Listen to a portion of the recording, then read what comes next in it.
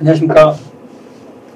청춘정거장에서 실시하고 있는 노무교육 2차시 시작하겠습니다. 저는 어제 교육을 담당했었던 대전고용노동청 이준행입니다. 반갑습니다.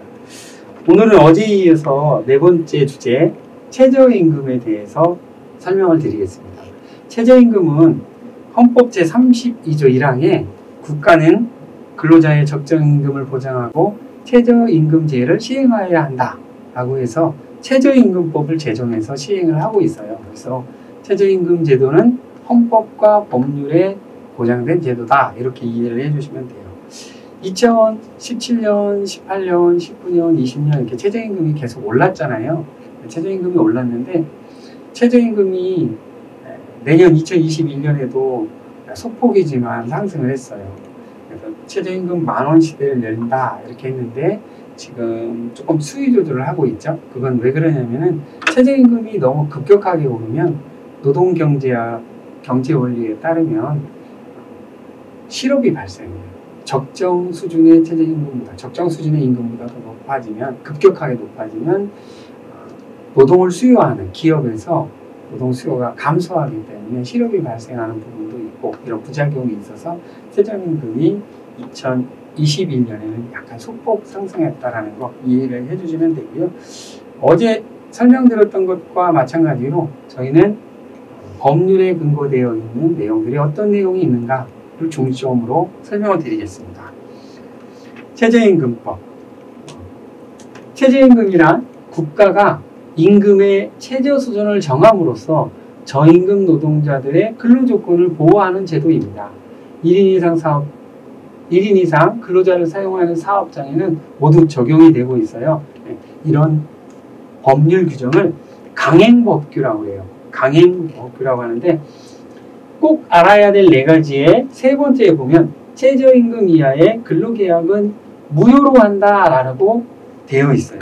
최저임금법 제6조 3항에 되어 있거든요. 그래서 최저임금 미만으로 지급받기로 한 계약은 무효입니다.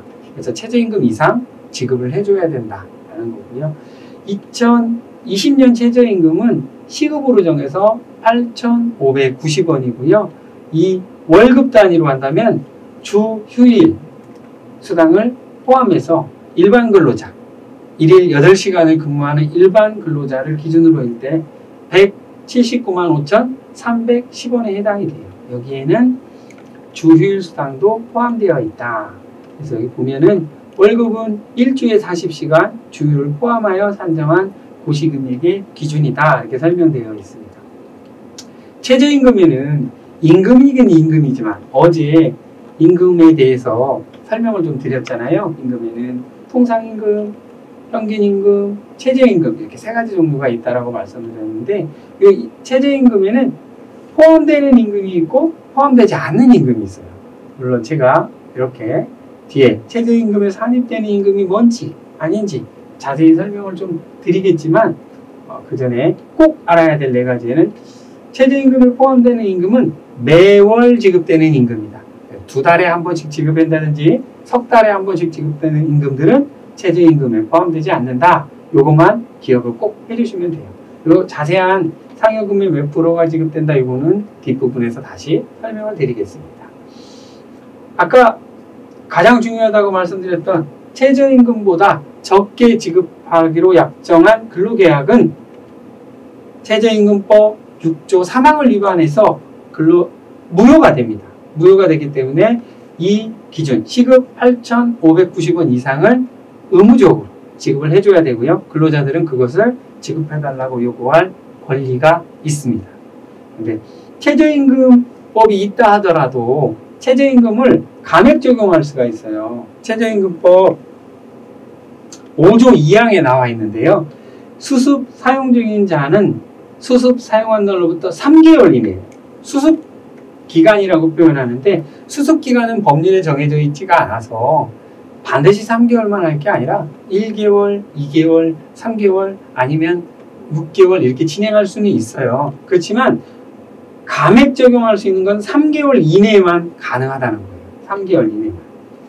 최저임금의 90%까지 지급이 가능한데 그런데 1년 미만으로 근로계약을 하는 기간제 근로자나 단순 노무에 종사하는 사람들은 수습기간에도 100% 이상 지급해야 돼. 단순 노무 종사하는 사람들 수습기간이라는 거는 숙련 기간이 될 때까지 기다려준다 이런 의미가 있거든요. 근데 단순 노무는 숙련 노동자나 비숙련 노동자나 노동의 질이 큰 차이가 없기 때문에 그런 거고요. 1년 미만, 1년보다 더 적게 근무하기로 약속한 기간제 근로자들은 그분들의 어떤 고용관계의 안정 이런 것들을 보장하기 위해서 100% 이상 지급을 하도록 규정되어 있습니다. 네 가지 꼭 기억을 해주세요. 최저임금액은 2020년 기준으로 해가지고 지급 8,590원이다.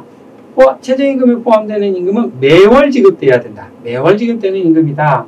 그리고 최저임금보다 적게 지급하기로 약정한 근로계약은 무효다. 그리고 감액 적용도 가능하다. 이 네 가지는 반드시 이해를 해주시고요. 이런 최저임금을 이해하기 위한 중요한 개념이 있어요. 바로 소정근로시간, 최저임금 적용을 해주는 기준 근로시간, 그리고 월 환산액.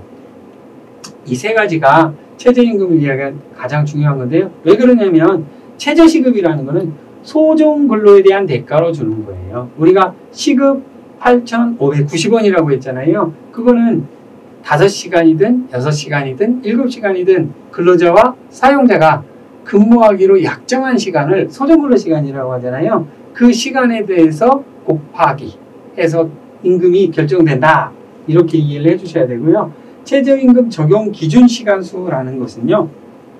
최저임금법 시행령에 과거에는 일주의 소정근로 시간이라는 말만 있었어요. 그런데 시행령을 개정하면서 2019년 1월 1일자로 시행령을 개정하면서 주휴일 시간을 합하더라 이렇게 해뒀단 말이죠. 그래서 그전에는 법원이나 이런 데서 2019년 이전에 2018년까지는 최저임금법 한 달 소정근로 시간은 173시간입니다 라고 했지만 요 2019년 1월 1일자로 개정됨으로 인해서 주휴시간을 합한 209시간으로 월 단위 산정은 209시간으로 계산을 합니다. 그러면 주 단위는 어떻게 할까요? 일주 단위의 소정근로 시간과 주휴시간이니까 일반적인 근로자가 8시간씩 1일 8시간씩 근로한다면 1주 40시간이 되겠죠. 40시간과 주휴시간 8시간 합쳐서 48시간의 시간을 줘야 돼요. 이런 거를 최저임금 적용을 위한 기준 근로시간이라고 표현을 합니다. 그리고 그것을 월 환산액으로 곱하는 거는 최저임금 적용 기준 근로시간과 최저임금을 곱한 거. 209시간과 최저임금, 최저시급 8,590원을 곱하면 아까 말씀드렸던 179만 1,620원이 나옵니다. 이렇게 해서 이 세 가지가 최저임금을 위한 이해하기 위한 가장 중요한 개념이고요. 여기서 월 환산액이 바뀌었다 이렇게 주휴시간을 포함해서 이해를 해주셔야 됩니다. 그런데 여기서 최저임금에 들어갈 것이냐 말 것이냐를 결정하는 여러 요인 중에서 중요한 개념이 나옵니다. 참고에 나와 있는 산정 단위기관과 지급 주기라고 있습니다. 방금 전에 제가 최저임금에 포함하는 임금은 매월 지급되는 임금이라고 했어요. 근데 매월 지급되는 임금 중에서도 포함되지 않는 임금들이 있었거든요. 왜냐하면 정기상여금이라고 포함되는 매달 지급되지는 않지만 2달에 한 번, 석 달에 한 번 지급되는 거 있잖아요. 근데 아까 매월 지급되는 거는 포함되고 매월 지급되지 않으면 포함이 안 된다고 했어요. 2달, 석 달에 한 번씩 지급되는 정기상여금은 상관이 없는데 문제가 되는 게 매월 지급되는 정기상여금이 그러면 과연 포함되는 것이냐라는 것이죠. 그런데 산정 단위가 1년 단위로 산정되어 있으면서 매월 지급되는 정기상여금은 포함되지 않았어요. 2018년 이전까지는. 그런데 2019년 1월 1일 되면서 그러면 정기상여금을 임금이라고 해서 통상임금에도 넣어주고 그러는데 매월 지급되는데 왜 포함을 안 시켜주냐라는 여러 가지 법률적 분쟁들이 있었습니다. 그 분쟁들을 해결하기 위해서 2019년 1월 1일자로 최저임금법 시행령을 개정하면서요. 산정 단위가 매월 산정해서 매월 지급되는 거는 다 포함된다. 정기상여금이어도. 그렇지만 1년 단위로 산정해서 매월 지급되는 정기상여금은 산입 비율을 정하자. 산입 비율을 정하자라고 해가지고 뒤에 보면 이렇게 나와 있는데 산정 기간이 1년 단위면서 매월 지급되는 상여금은 개정됐던 2019년에는 20%까지, 올해인 20년에는 20%까지만 20%를 초과하는 부분을 최저임금에 포함시키겠다는 거죠.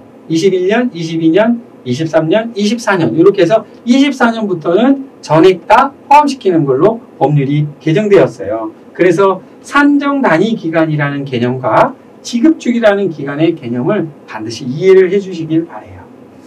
다음은 중요한 최저임금에 산입되는 임금은 무엇이고 산입되지 않는 임금은 무엇이냐는 거죠. 산입되는 임금 중요합니다. 매월 정기적으로 지급되는 임금이어야 됩니다. 월을 1월을 초과하여 지급하는 임금은 산입한다? 안 한다? 안 한다. 1월을 초과해서 2달에 한 번, 석 달에 한 번씩 주는 임금들은 최저임금에 포함시키지 않는다. 이렇게 이해를 해주시면 되고요. 여기서 각종 수당들이 쭉 있어요. 이 수당들 중에 최저임금에 산입되는 것과 산입되지 않는 것들이 있는데 산입되는 것은 매월 정기적으로 지급되는 임금이다. 산입되지 않는 것은 소정근로 외의 임금이라는 겁니다. 소정근로 외의 임금은 대표적인 게 연장근무수당, 야간근무수당, 휴일근무수당 이런 걸 말하고요. 또 연차를 사용하지 않아서 미사용수당으로 받는 연차유급휴가 미사용수당 이런 것들이 있어요. 이런 것들은 소정근로 외의 임금이기 때문에 포함이 안 되고요. 정기상여금 그 밖에 1월을 초과하여 지급하는 산정단위, 아까 산정단위하고 지급단위가 다르다고 말씀드렸죠. 산정단위가 한 달을 초과해요. 2달에 한 번씩 산정한다든지 이런 것들이 월 환산액, 이렇게 말씀드렸던 월 환산액에 따라서 산입이 돼요. 일정 부분. 또 생활복리후생비라고 얘기하는데요. 생활복리후생비 중에서 통화 이외의 것으로 지급되는 것은 산정되지 않아요. 제가 어제 임금은 4가지 원칙이 있다고 말씀드렸어요. 그래서 뭐라고 했냐면 4가지 원칙 중에 통합을이라고 해요. 통합을. 임금은 반드시 현금으로 지급을 해야 된다. 그게 임금 지급의 4대 원칙이다. 근데 근로기준법 43조에 다만 하고 예외 조항을 두었어요. 법령이나 단체 협약에 의해서 특별한 경우에 규정되어 있다면 현물이나 이런 걸로 지급하는 것을 허용해줘요. 그런데 그렇게 단체 협약이나 법령에 의해서 특별한 경우에 현물로 지급되는 것들은 다 최저임금에 포함되지 않아요. 가장 대표적인 게 이런 통화 이외의 것으로 지급되는 임금이 식권이 있어요. 식권. 밥 주는 거, 이런 복리후생 이런 것들은 포함이 안 된다. 이렇게 이해를 해주시면 되고요. 근데 통화로 지급되는 것도 월 환산액에 따라서 다 그전에는 이 생활보조 복리후생 임금은 임금인데도 최저임금에 포함이 안 됐었거든요. 매월 지급된다 하더라도. 근데 이게 불합리하다라고 해서 2019년 1월 1일자로 법령이 개정되었는데 이렇게 단계적으로 포함이 되고 있습니다. 나머지 임금들은 이제 매월 정기적으로 진행되는 임금들은 다 산입된다라는 거고요. 그래서 최저임금에 산입되는 임금은 매월 1회 이상 정기적으로 지급되는 임금이어야 된다. 이 개념은 꼭 기억을 해주시고요. 산입되지 않는 임금 중 조금 전에 말씀드렸어요. 통화 이외의 것, 그리고 소정근로 이외, 소정근로 시간에 소정근로에 근무한 임금 이외의 임금, 그리고 1월을 초과하여서 하는 것은 이렇게 산입 비율이 나눠져 있는데 정기상여금 그리고 복리후생비는 이런 비율에 따라서 2024년에 가서 완전히 포함이 된다. 그러면 이 개념은 어떻게 계산하는 거냐? 뭐의 25%를 초과해야 된다는 거예요. 해당 연도의 월 최저임금액. 아까 우리 2020년도 월 최저임금액이 179만 1620원이라고 했잖아요. 여기는 다 곱하기 월 최저임금. 2020년에는 179만 1,620원에 20%를 초과해야 된다는 거예요. 이거 계산해 보시면 계산을 해 보시면은 이게 35만 8,324원이 될 거예요. 35만 8,324원을 초과하는 상여금은 최저임금에 포함된다. 그리고 복리후생비는 5%라고 했으니까 5%를 초과해야 된다는 것은 89,581원을 초과하는 부분이 복리후생비가 최저임금에 포함된다. 보통 식대비를 10만원씩 주잖아요. 회사에서. 10만원 마이너스 89,581원의 차액이 최저임금에 포함되고 89,581원은 포함되지 않는다. 이렇게 이해를 해주시면 됩니다. 그래서 요거 최저임금에 포함되는 임금과 최저임금에 포함되지 않는 임금이 있다. 이해를 해주시면 될 것 같고요. 한번 예를 들어서 한번 볼까요? 최저임금을 어떻게 판단해야 될 것이냐. 예를 들어서 한번 보면은요. 매월 1회 이상 정기적으로 지급받는 임금 중에서 최저임금에 산입되지 않는 임금. 아까 우리 산입 범위를 말씀드렸잖아요. 산입되는 것과 산입되지 않는 게 있는데 않는 것을 제외하고 나머지를 해당 기간에 최저임금 적용 근로시간수로 나누면 시간당 최저임금이 나와요. 그래서 그 시간당 최저임금이 법정 최저임금보다 더 적다면 최저임금법을 위반한 거죠. 왜냐하면 아까 최저임금법 제6조 3항에 따라서 최저임금보다 적게 근로계약을 약정한 것은 무효로 한다라고 했기 때문에 최저임금만큼을 지급해줘야 됩니다.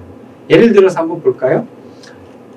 소정근로시간이 일주 40시간인 근로자가 있었어요. 월급여가 매월 180만 원을 받았는데요. 월급 명세서가 이렇게 되어 있었어요. 기본급 150만 원, 식대 10만 원, 교통비 10만 원, 시간의 근로수당 10만 원. 여기서 최저임금에 포함되지 않은 임금은 뭘까요? 1월을 초과해서 지급하는 임금은 포함 안 된다고 했는데 이건 월급 명세서니까 1월 매월 지급하는 거잖아요. 그러면 매월 지급되지만 그래도 삽입되지 않는 게 뭘까요? 소정근로 외 지급하는 임금. 연장수당이 있었죠? 여기에 보면 연장수당이 있어. 이거는 포함되지 않아요. 포함되지 않죠? 그리고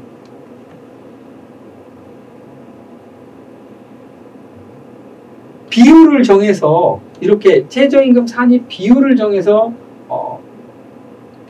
제외되는 게 있었잖아요. 여기에 2020년대에는 상여금이면 20%를 초과해야 되고 복리후생비면은 5%를 초과해야 된다 이렇게 되어 있으니까 식대 이게 복리후생비잖아요. 교통비 이것도 복리후생비예요.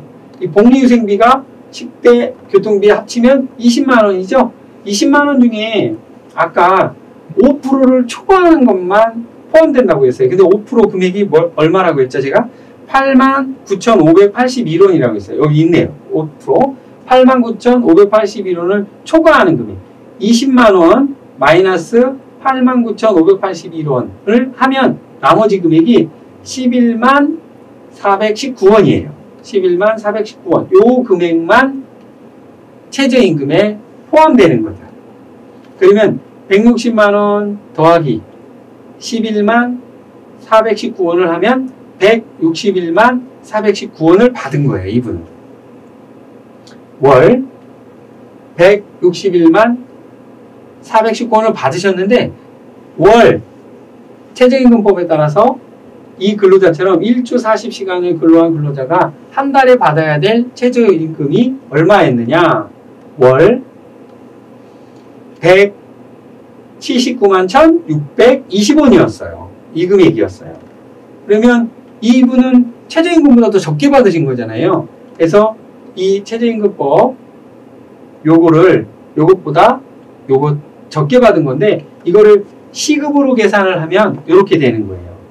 160만 4,119원을 209시간으로 나누는 거예요. 209시간. 정확하게는 209시간이 아니라 208.57시간이잖아요. 근데 209시간으로 일반적으로는 다 209시간으로 나눕니다. 그러면 이분의 시급이 7,721원이기 때문에 최저임금법 제6조를 위반하게 되는 거예요. 8,590원보다 적기 때문에 요 차액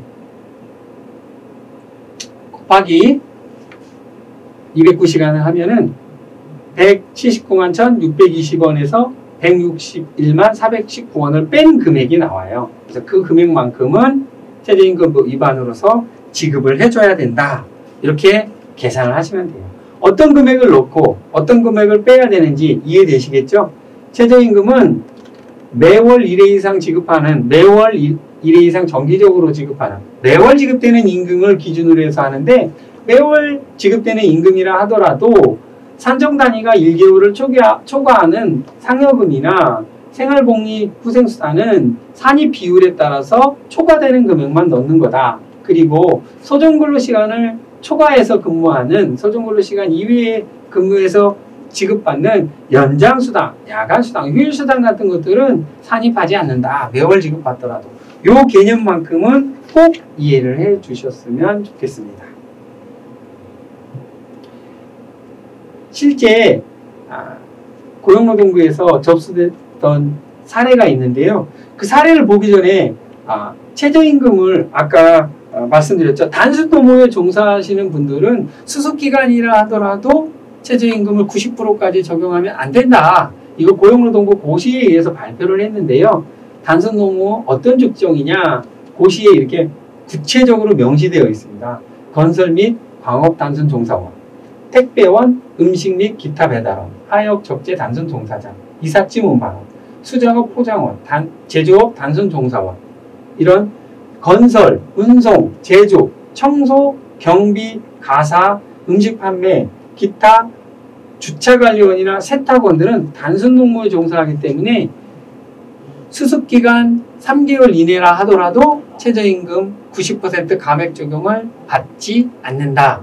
이 부분은 꼭 알아두세요. 아르바이트 많이 하실 때 우리가 뭐 주차관리나 세탁이나 배달 이런 거 많이 하잖아요. 또 이런 거 배달 그리고 이런 거 하는데 3개월 수습기간 3개월을 정했다 하더라도 최저임금만큼은 90%가 아니라 100% 다 적용받는다. 이렇게 이해를 해주시면 됩니다. 그러면 사례를 한번 살펴볼까요? 사례는 최저임금법을 사업주가 위반했어요. 그래서 뒤늦게 그 사실을 알고 근로자가 돈을 주고 합의를 했지만 처벌된 사례예요. 제가 어제 말씀드렸어요. 임금을 지급하지 않았지만 나중에 그 사실을 알고 추가적으로 임금을 지급한다면 근로자하고 합의를 하면 근로기준법은 그 처벌, 피해를 입은 근로자의 의사에 반해서 처벌할 수가 없어요. 그거를 반의사 불벌죄라고 표현을 하는데요. 이 최저임금법은 반의사 불벌죄가 적용되지 않아요. 그래서 신규 창업을 하는 우리 창업 초보자들께서는 이 걸 꼭 기억해 주셔야 돼요. 나중에 임금은 반의사 불벌에 해당이 돼서 나중에 지급해주고 합의하면 된다고 했던 것 같은데 이건 근데 최저임금은 아니다. 반의사 불벌죄에 해당되지 않는다. 그래서 최저임금 사업주가 나중에 합의를 했는데 돈 주고도 합의했는데 형사처벌을 받았어요. 이유는 반의사 불벌죄에 해당이 되지 않아서 합의가 있다 하더라도 기소 의견으로 검찰청으로 송치가 돼요. 꼭 기억해 주시고요. 최저임금법은 위반하지 않도록 노력을 좀 해주셔요. 두 번째는 1년 미만, 계약기간이 1년 미만. 보통 아르바이트로 6개월짜리, 3개월짜리 아르바이트를 많이 하잖아요. 그러면서 최저임금을 원래 법정 최저시급보다 90% 해당되는 금액을 주는 거예요. 근데 아까 말씀드렸듯이 계약기간이 1년 미만인, 계약기간이 1년인 사람은 감액 적용이 돼요. 안타깝게도. 90% 감액 적용이 되는데 1년 미만, 6개월이라든지 10개월이라든지 이런 사람들은 최저임금법 100% 지급해줘야 된다. 그래서 이 경우는 6개월 단기 아르바이트생을 채용했는데 3개월 수습기간으로 정하고 시급을 7,600원만 지급한 거예요. 안 된다. 최저임금을 100% 다 지급해줘야 된다. 마찬가지로 단순 노무 종사자들 설명드렸었죠. 최저임금 100% 다 지급해줘야 된다. 이렇게 말씀을 드렸어요. 최저임금 굉장히 중요한 사안이에요. 특히나 또 청년들 같은 경우는 아르바이트를 많이 하고 정규 직장을 취업하시기 전까지는 여기저기 아르바이트를 많이 하시기 때문에 최저임금을 받고 일하시는 분들이 많을 거예요. 근데 90% 지급받는 기준이 1년 미만 근로자들은 해당되지 않는다. 단순 노무에 종사할 때는 해당되지 않는다. 단순 노무 관련해서는 고용노동부 고시로 정해져 있다. 이렇게 이해를 하시면 나중에 큰 다툼이 없을 겁니다. 다음은 5번째 주제에 대해서 말씀을 드리겠습니다. 행복한 일터 따뜻한 가정, 이렇게 해서 직장 내 성희롱 예방과 모성보호에 대해서 말씀을 드리려고 하는데요.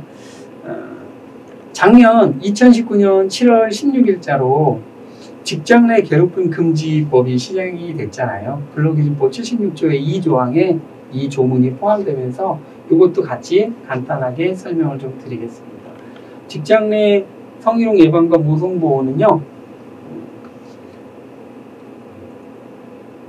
헌법에 규정되어 있어요. 헌법에 국가는 모성보호를 해야 된다는 규정이 정해져 있어서 근로기준법과 남녀 고용평등 및 일가정 양립지원에 관한 법률을 제정하면서 거기에 모성보호에 대한 특별조항들을 담아둔 겁니다. 한번 살펴보겠습니다.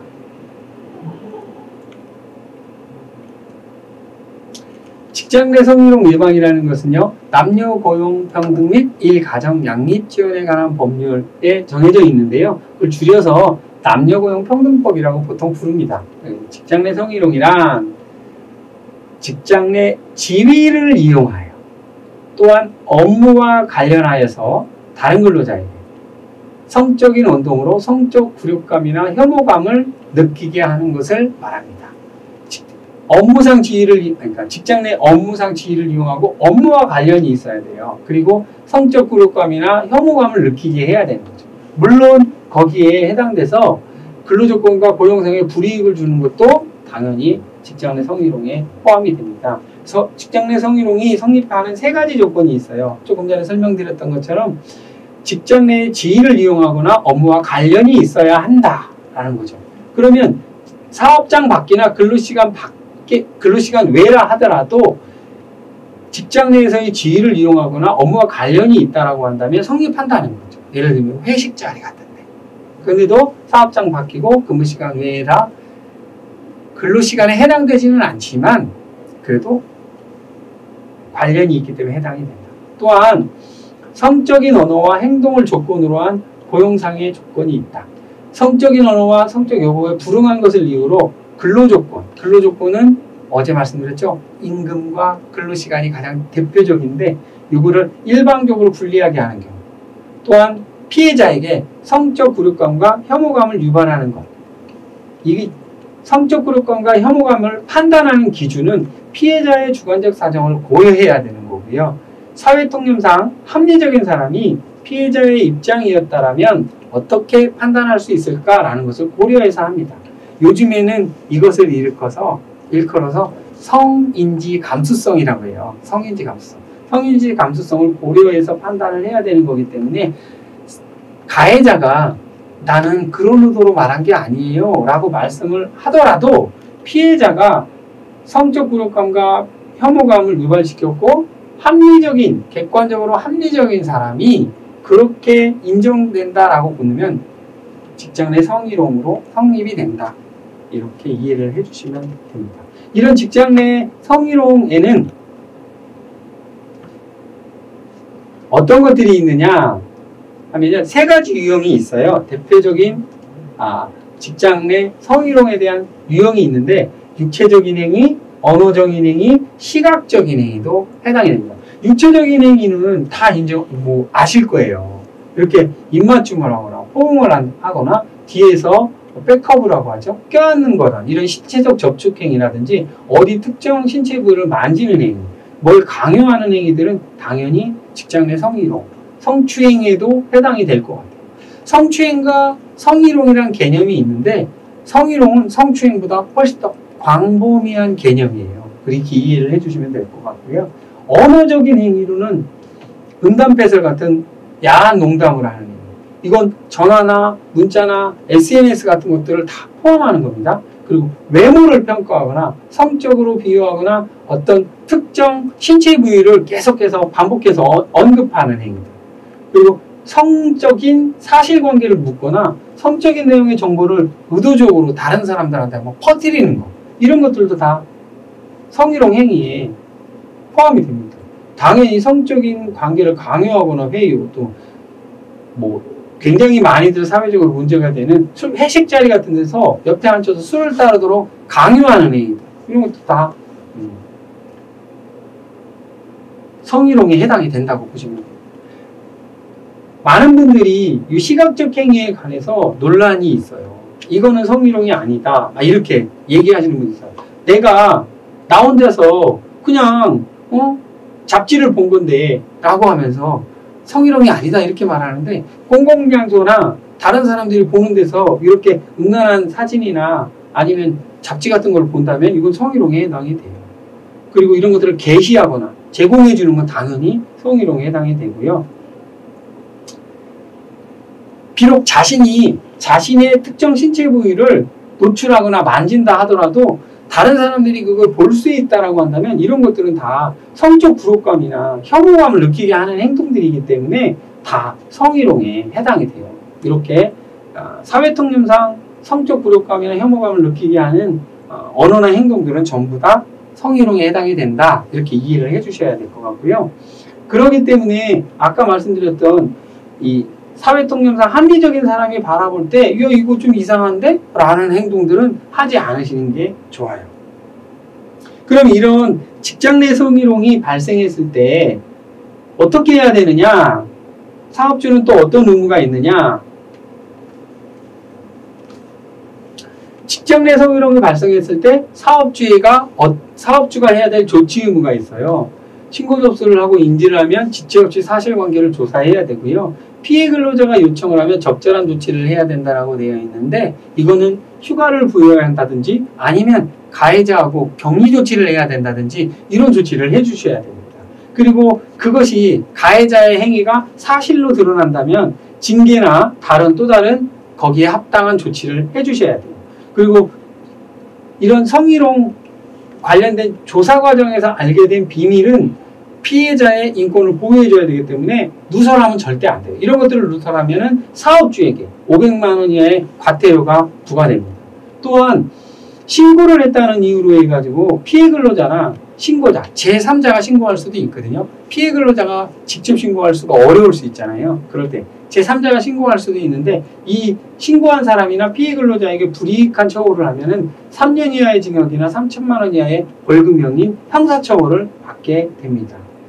사업주에게는 이렇게 직장 내 성희롱이 발생했을 때 조치해야 될 의무가 있음과 동시에요, 이런 것들을 예방해야 될 의무도 있어요. 반드시 1년에 1회 이상 직장 내 성희롱 예방 교육을 실시해야 되고요.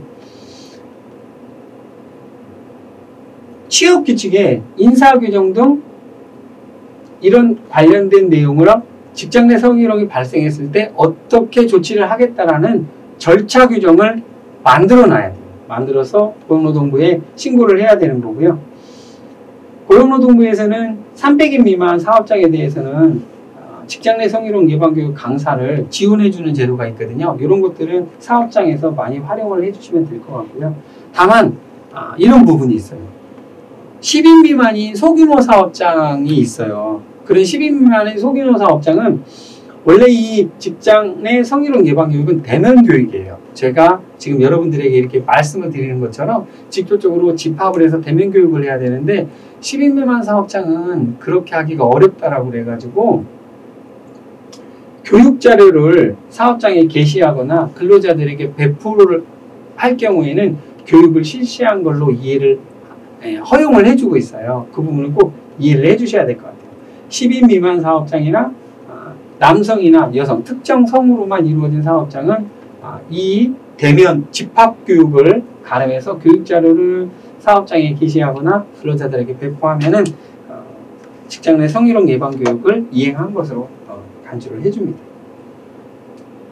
또 아까 헌법에 나와 있는 모성보호 규정이 있다고 했잖아요. 모성보호 규정에 대해서 설명을 좀 드리도록 하겠습니다. 고등보호 규정은 근로기준법과 남녀고용평등 및 일가정 양립 지원에 관한 법률, 남녀고용평등법에 규정되어 있어요.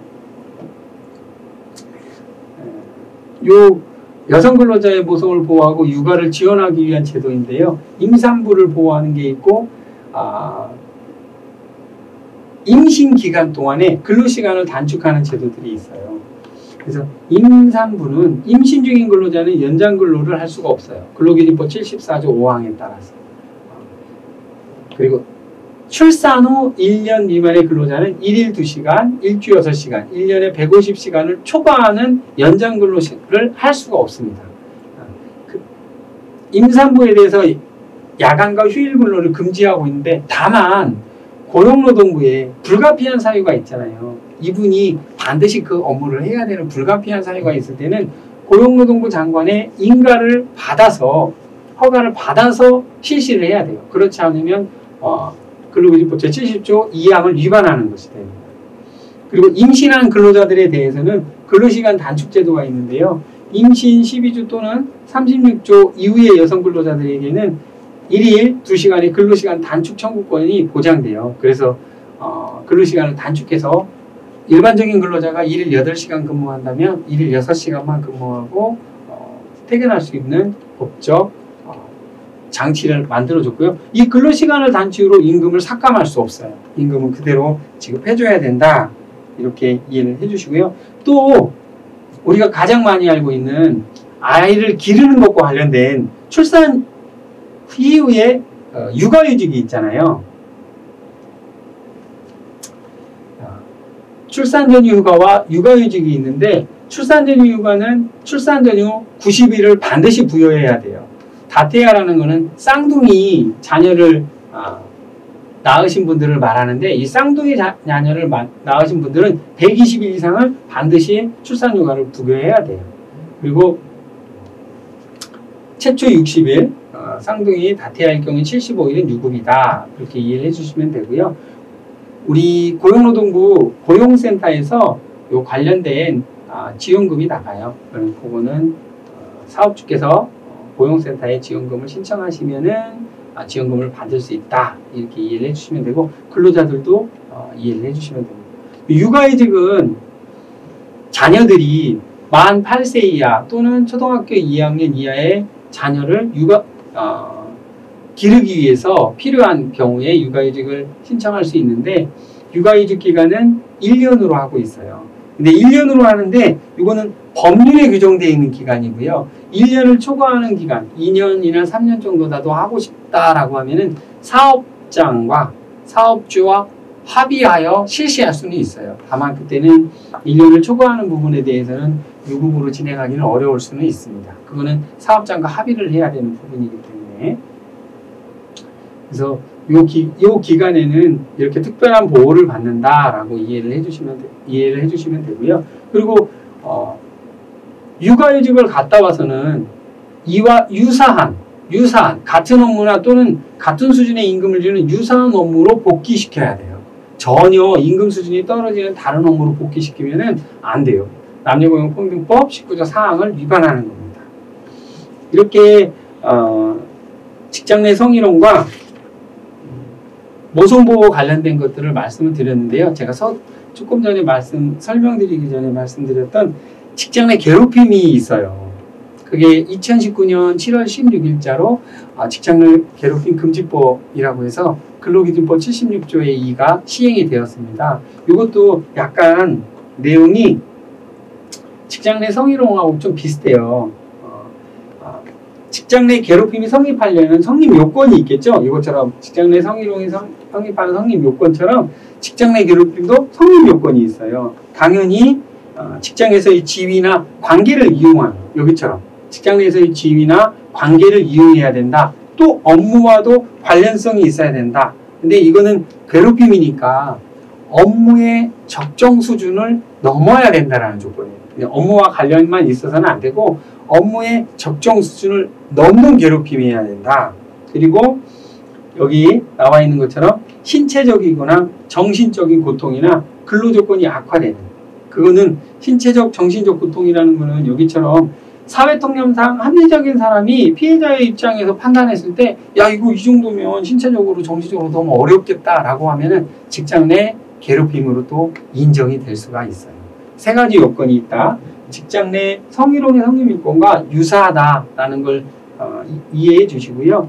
또 직장 내 성희롱도 사업주에게 신고를 하고 사업주가 조사 의무가 부여된 것처럼 직장 내 괴롭힘도 마찬가지입니다. 사업주에게 신고를 했는데 그러면 사업주가 관련된 직장 내 괴롭힘이 있는 거를 조사해야 될 의무가 있어요. 그 조사 의무를 잘 이행하지 않는다라고 하면은, 아니면 잘 이행할 것이 기대되지 않는다라고 하면 지방노동관서에 바로 신고를 하시면 근로감독관들이 철저하게 조사를 해 주실 겁니다. 5번째 주제까지 이제 말씀을 드립니다.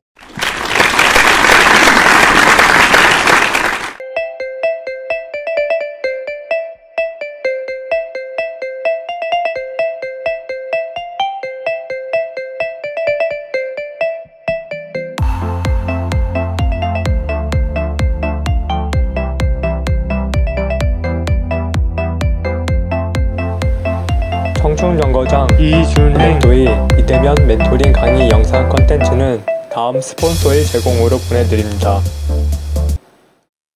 학교 종이 땡땡땡 어서 모이자 선생님이 우리를 기다리신다. 드렸고요. 6번째는 우리가 별로 좋아하지 않는 해고 관련된 내용입니다. 해고는 근로자가 원치 않는데도 불구하고 사용자가 일방적으로 그만둬 하는 걸 말하는 거잖아요.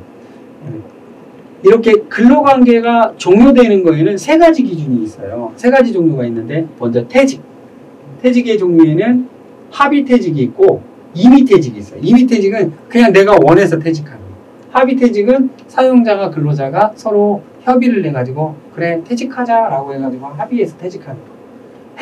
해고는 조금 전에 설명드렸던 것처럼 근로자는 원치 않는데 근로자의 의사에 반해서 사용자가 일방적으로 사용종속관계인 근로관계를 단절시키는 것을 해고라고 해요.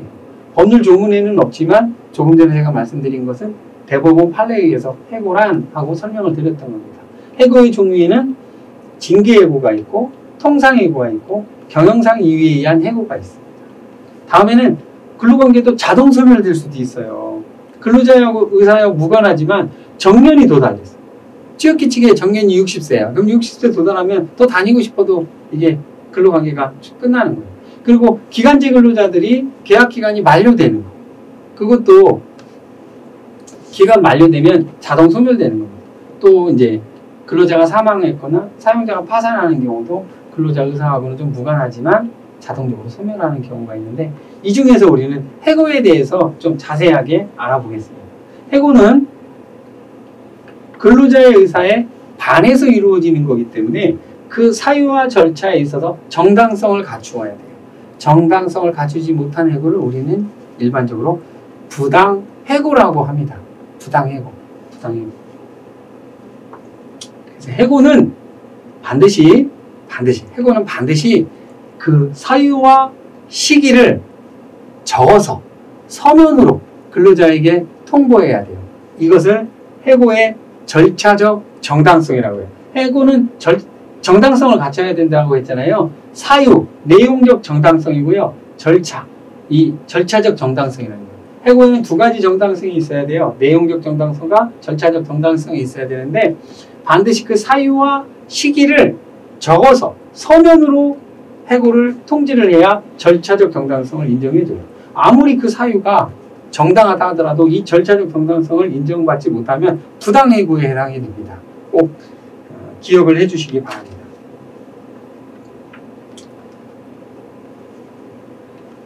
그러면 해고는 근로자의 의사에 반하는 거기 때문에 해고를 이렇게 마음대로 할 수 있도록 하면 안 되겠죠. 그래서 근로기준법에서는 해고를 제한하는 특별한 사유가 특별한 이유가 없는 한 해고를 제한하는 여러 가지 규정들이 있는데도 해고가 정당한 사유가 있더라 하더라도 보호가 필요한 근로자들에 대해서는 일정 기간 해고를 할 수 없도록 규정해놨어요. 근로기준법 제23조 2항인데요. 산업재해, 업무상 부상이나 질병을 산업재해라고 하잖아요. 요양 중인 사람. 요양 중인 사람은 안 된다. 그리고 출산 휴가를 간 사람. 출산 휴가. 그리고 또 육아휴직 중인 사람. 이 세 가지는 원칙적으로 안 됩니다. 절대 금지 기간이라고 하는 거예요. 그리고 산재 요양이 끝나고 30일. 출산휴가하고 갔다 온 지 30일 동안은 해고하지 못해요. 절대적 해고 금지 기간이라고 해서 아무리 해고 사유가 있다 하더라도 이 기간에는 해고할 수가 없어요. 이 기간을 지난 다음에 해고를 해야 돼요. 다만 산재 같은 경우는 근로기준법 84조에 따라서 일시보상을 해준 거예요. 아, 내가 전체적으로 산재 보상 이만큼으로 다 해줄 테니까 이제 그만둬라 이렇게 얘기하는 건 가능하죠. 그리고 사업을 계속할 수 없을 때 이때는 뭐 어쩔 수가 없겠죠. 이럴 때 해고는 무효가 되고 형사처벌 대상이 됩니다.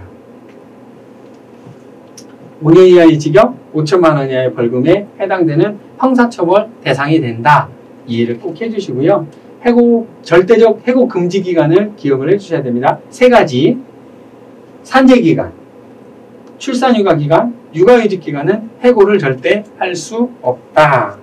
그리고 해고를 할 때면은 반드시 해고의 예고를 해야 돼요. 해고는 해고의 사유와 시기를 서면으로 해야 된다고 했잖아요. 서면으로 하는데 그거를 아무 때나 그냥 하는 게 아니고 해고를 반드시 30일 전에 예고를 하라고 했어요.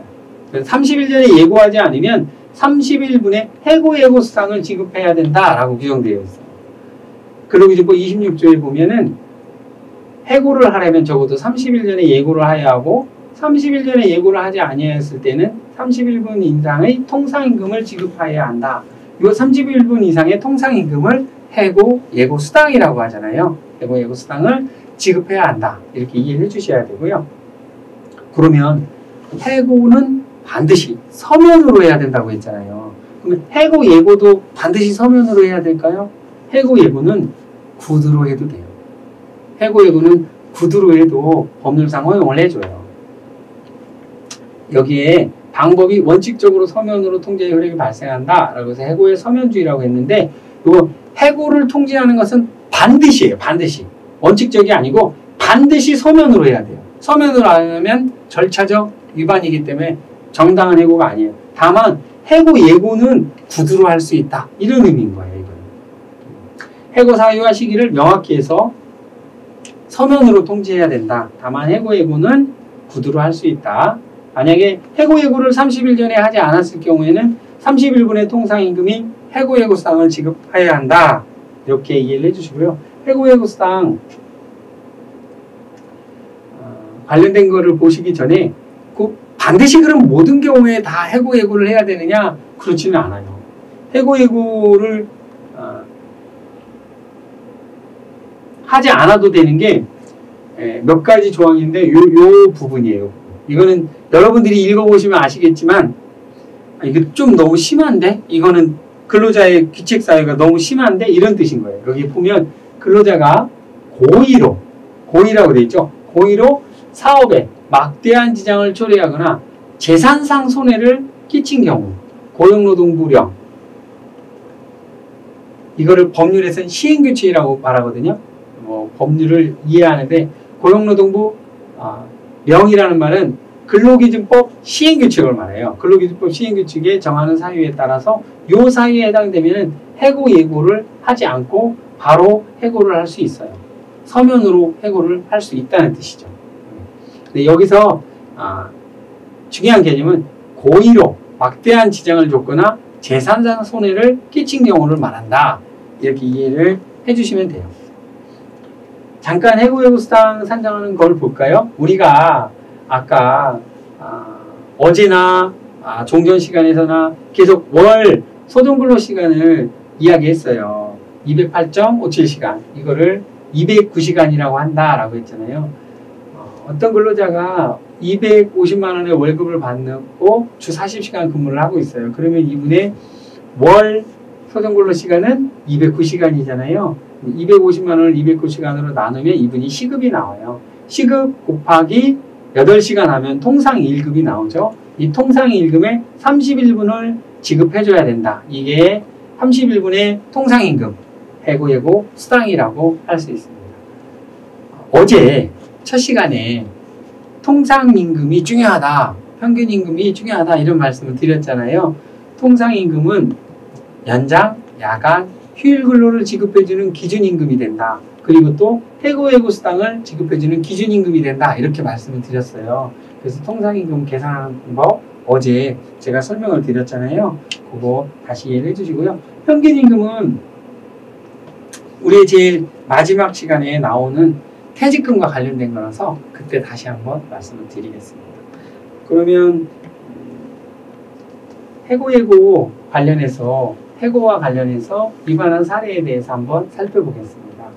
폐업으로 인해서 해고를 위반한 사례가 있다는 거예요.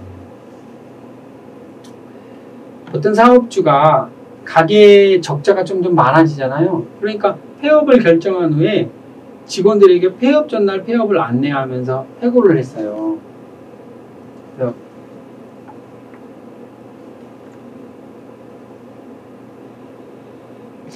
요거는 사업이 종료되거나 소멸되면은 해고가 적용되지 않는다라고 했었거든요. 근데 이거는 어떤 경우냐면 법인의 해산이나 폐업 등의 경우는 일반적으로 그게 예정되거든요.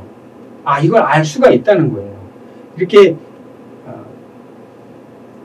사업장이 부도로 인해서 도산이 되거나 아니면 완전히 화재로 인해서 사업장 자체가 소멸되거나 이런 것 같이 돌발적이고 불가항적인 경우에 따라서 사업장이 없어진 경우는 해고가 적용되지 않아요. 바로. 그런데 이렇게 예정되어 있는 거는 30일 전에 충분히 예고를 할 수 있음에도 불구하고 요구를 지키지 않았다고 해서 근로기준법 위반으로 형사처벌을 받은 경우인데요. 왜 그러냐면은 해고는 근로자들의 생활 안정을 위해서 가장 중요한 부분이기 때문에 그래요. 그래서 반드시 해고를 하려면 30일 전에 예고를 하라는 의미라서 그런 거니까 이해를 해 주시고요. 두 번째 사례를 한번 보겠습니다. 두 번째 사례는 위법한 해고 기간 중에 자진퇴사한 사례입니다. 사업주가 있는데 직원에게 2주 뒤에 그만두라고 했는데 직원이 다음날 무단으로 결근하면서 자진퇴사를 하고 해고 수당을 청구했어요. 여기서 사업주 A가 직원에게 2주 뒤에 그만두라 라고 한 행위는 아까 말씀드렸잖아요. 해고는 근로자의 의사에 반해서 이루어지는 거기 때문에 이때 당시에 이미 해고를 시행한 거고 30일 전에 예고를 하라고 하는 해고 예고의 의무를 위반한 거기 때문에 30일분의 통상임금을 지급해야 된다라고 결정을 한 사례예요. 이렇게 해고 관련된 내용은 반드시 근로자의 의사에 반해서 이루어지는 거기 때문에 30일이라는 기간을 지켜주셔야 되는 거고요. 만약에 근로관계를 종료하려고 하는데 창업을 해서 진행하시는 분들이 도저히 이거를 해고를 할 수밖에 없는 상황이다 하면 최소한 해고를 하지 말고요. 합의퇴직을 할 수 있도록 권고사직을 요청을 하거나 해서 근로자하고 합의를 해서 퇴직을 시키도록 하는 게 바람직해 보여요. 지금까지는 해고와 관련된 내용을 말씀을 드렸고요. 이제 마지막으로 우리 마지막 강의 7번째 퇴직급여와 관련된 내용을 말씀을 드리겠습니다. 해고나 퇴직이나 근로관계가 종료되면 퇴직금을 우리가 받잖아요. 퇴직금 받는 퇴직급여가 두 가지 종류가 있어요. 두 가지 종류가 있는데 우리 근로자 퇴직급여 보장법이라고 해서 퇴직급여 제도를 정의해 놨는데 근로자 퇴직급여 보장법을 퇴직급여 보장법이라고 불러요. 그 4조 1항에 보면 퇴직급여 제도 중 하나 이상의 제도를 설정하여야 한다. 다만 여기서 적용되지 않는 근로자들의 여기서 말하는 건데요. 주당 근로시간이 15시간 이하인 근로자는 퇴직금 제도가 적용되지 않는다라는 뜻이에요. 이런 일주 근무시간이 15시간이 안 되는 근로자들을 보통 실무적으로 초단시간 근로자라고 해요. 초단시간 근로자들은 퇴직급여 제도가 적용되지 않는다. 이렇게 이해를 해주시면 되고요. 그러면 퇴직급여 제도는 뭐가 있느냐? 법정 퇴직금 제도가 있고요. 퇴직연금 제도가 있어요. 요즘에는 퇴직연금 제도 많이들 가입을 했기 때문에 많이 알고 계시죠.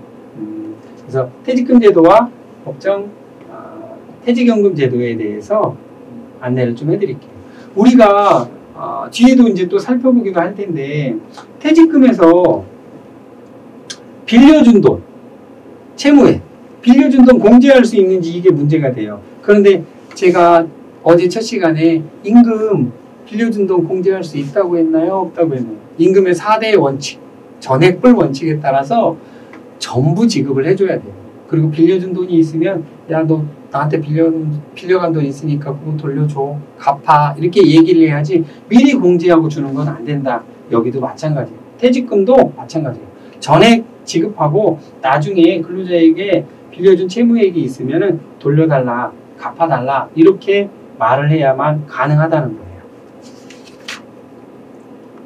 법정퇴직금 제도를 한번 알아보겠습니다.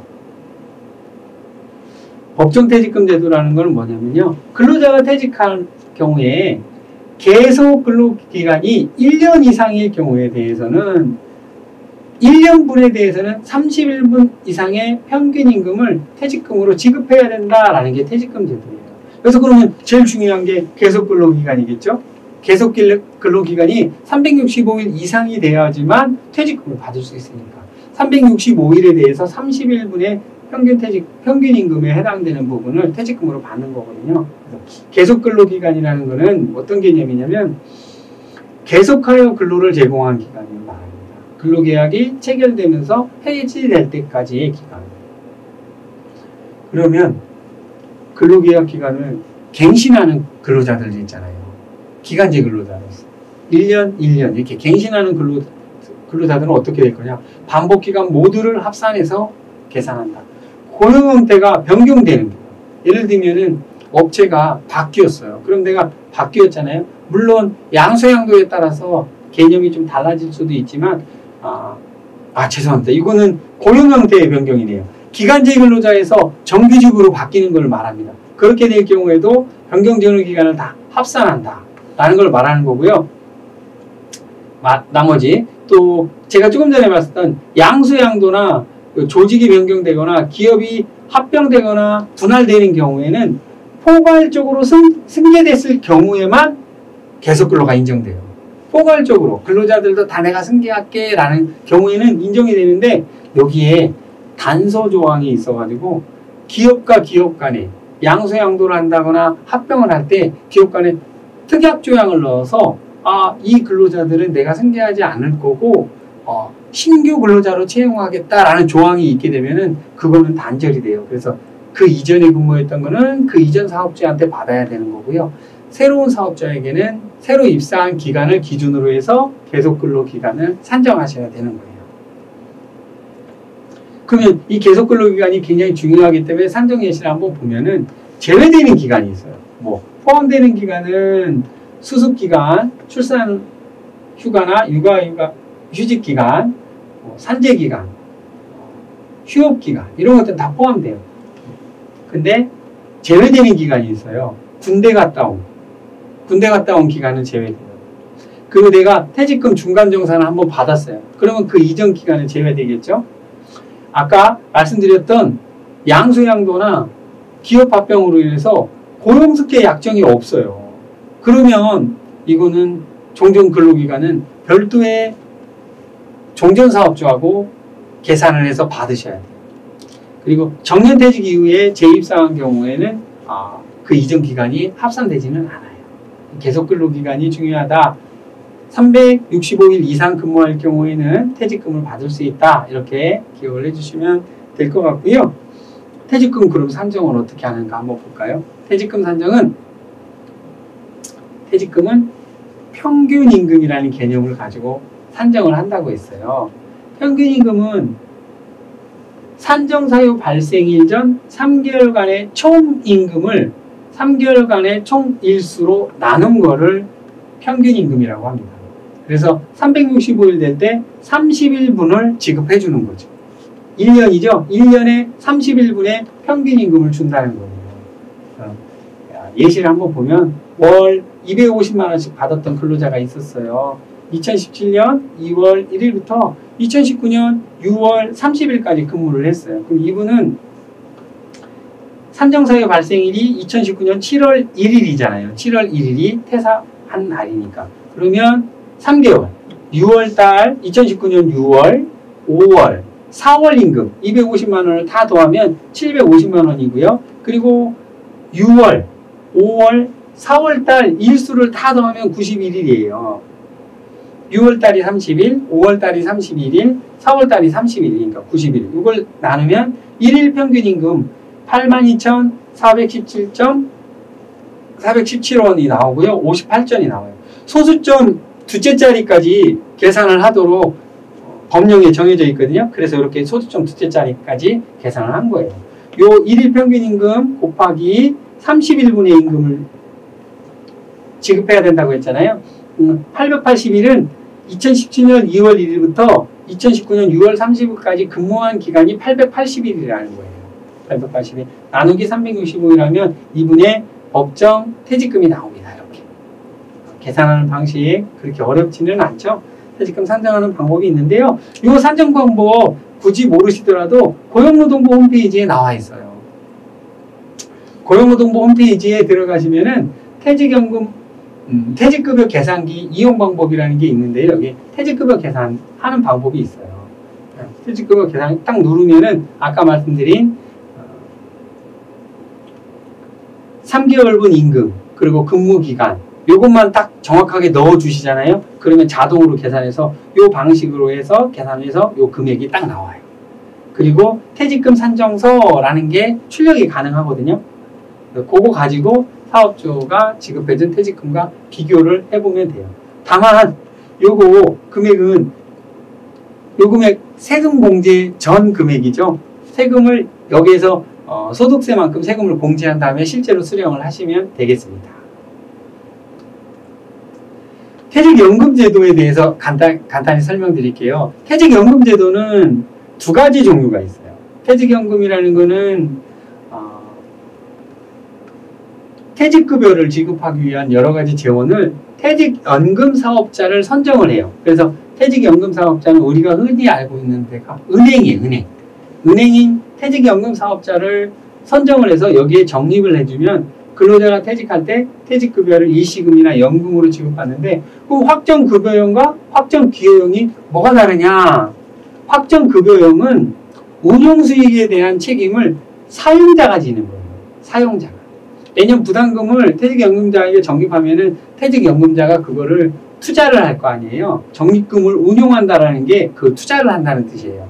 이렇게 투자를 해가지고 투자가 잘 되면 요즘 주식이 많이 오르잖아요. 그래서 투자가 잘 되면 그 수익을 다 사용자가 보는 거예요. 그리고 근로자는 아까 우리가 계산했던 법정퇴직금 있죠? 요 법정퇴직금. 법정퇴직금이 30일분에 해당되는 평균임금이잖아요. 우리가 얘기했던 요 퇴직금, 법정퇴직금을 사용자는 지급해주면 되는 거예요. 근로자에게. 그래서 요 확정급여형은 나는 근로자들은 그냥 법정퇴직금 받겠다라는 거고 사용자는 운용수익은 내가 책임지고 부담금을 납부를 해주는 거. 요게 확정급여형이고요. 확정기여형은 뭐냐면 요 운용수익에 대한 거를 근로자가 책임지는 거예요. 근로자가 적립금을 운용한다는 개념이 그런 개념이에요. 사용자는 매년 그 근로자의 임금의 12분의 1을 정확하게 퇴직연금 사업자 은행이 근로자가 계산한 개별 계좌 IRP 계좌라고 하는데 이 계좌에 넣어주면은 이걸 퇴직연금 사업자가 운용을 해요. 운용을 막 해서 요즘같이 주식이 좋을 때는 수익이 많이 나겠죠. 그러면 법정퇴직금보다 훨씬 더 많은 금액을 수령을 하는 거고요. 만약에 이게 주식이 안 좋아서 많이 떨어졌다. 채권이 많이 떨어졌다. 이러면은 법정퇴직금보다 좀 적게 받을 수도 있어요. 이렇게 운용에 대한 책임을 근로자가 지는 거. 이걸 확정기여형이라고 해요. 확정급여형과 확정기여형이 있다. 이렇게 이해를 해주시면 되고요. 그러면 사용자에게는 어떤 혜택이, 근로자에게는 어떤 혜택이 있느냐? 근로자가 확정기여형을 하면은요, 요거에 대해서는 세액공제를 해줘요. 세액공제. 아까 우리 퇴직금 받으면, 법정퇴직금 받으면 세금을 공제한 다음에 실수령을 한다고 그랬잖아요. 근데 그 세금을 공제할 때 세액공제를 해준다는 뜻이에요. 그리고 퇴직소득세도 30%를 더 감격해주겠다라는 거고요. 사용자는 어떤 혜택이 있냐면 요거를 다 비용 처리를 해줘요. 비용 처리를 해주기 때문에 사용자는 그만큼 법인세를 납부하는 거에 대한 혜택이 있죠. 그래서 요즘에는 대부분 근로자들이나 사용자들도 이런 확정급여형이나 확정기여형의 퇴직연금을 많이 가입하고 있어요. 그러면 나는 퇴직금을 받기는 받아야겠는데 집을 사야 되는데 돈이 부족해. 그럴 수 있잖아요. 특히나 우리 청년들은 30대 초반이나 20대 후반인 분들은 재산을 많이 못 모아놓으니까 아파트에 당첨돼도 돈이 없어서 못 사는 경우들이 있는데, 그럴 경우에 내 퇴직금을 중간정산할 수 있어요. 근데 법령에 의해서 중간정산 사유가 이렇게 정해져 있습니다.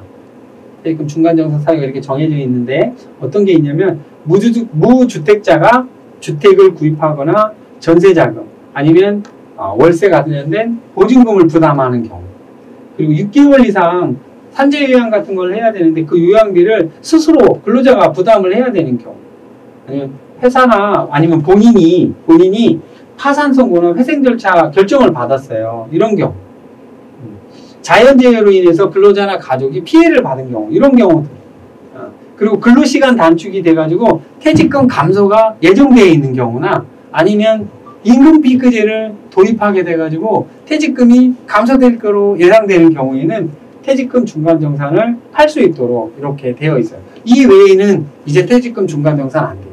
그리고 퇴직금 중간정산은 근로자가 신청하고 사업주가 그걸 허락해 주는 거예요. 반드시 사업주가 이거를 승낙해 줘야 될 의무는 없어요. 그래서 사업주하고 이 부분을 잘 이야기해서 풀어나가야 될 것 같아요. 그러면 퇴직금 관련된 사례를 한번 보겠습니다. 아마 여러분들 많이 이런 경우가 있었을 거예요. 월급에 퇴직금을 포함돼서 지급받았다라고 하는 경우죠.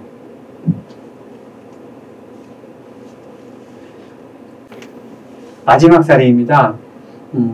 월급에 퇴직금을 포함해서 지급한 사례입니다. 사업주가 근로자 월급에 퇴직금을 포함해서 지급했다라고 하면서 퇴직금을 지급해주지 않은 거예요.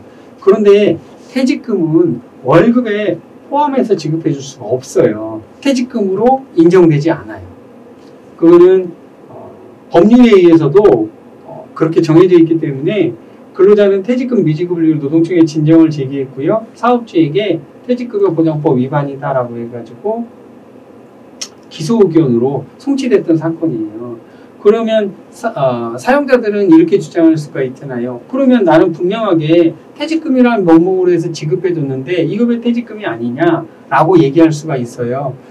약간 여기서 이야기할 부분은 아니지만 민법상으로 그런 경우를 부당이득금이라고 이야기한답니다. 부당이득금. 그래서 민사소송을 통해서 부당이득금 반환 청구 소송이나 이런 거를 해야 된다고 하니까 그거는 참고를 해 주시고요.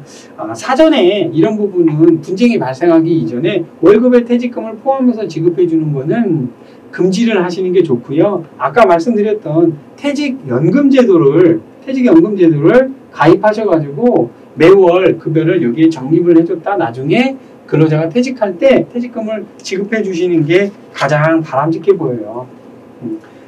가장 중요한 노동법 관련한 7가지를 다 말씀을 드렸어요.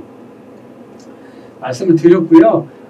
여기에서 여러분들이 꼭 이제 알아야 될 부분들이 있는데 이 알아야 될 부분들을 노동법 관련한 7가지 부분을 추려서 간략하게 설명을 드렸습니다. 근데 보통은 좀 영세사업장에 아르바이트나 이런 거 많이 하시잖아요. 그래서 마지막으로 5인 미만 사업장에 적용되지 않는 조항들 그리고 적용되는 조항들을 간단하게 설명을 드리고 마무리를 드리겠습니다.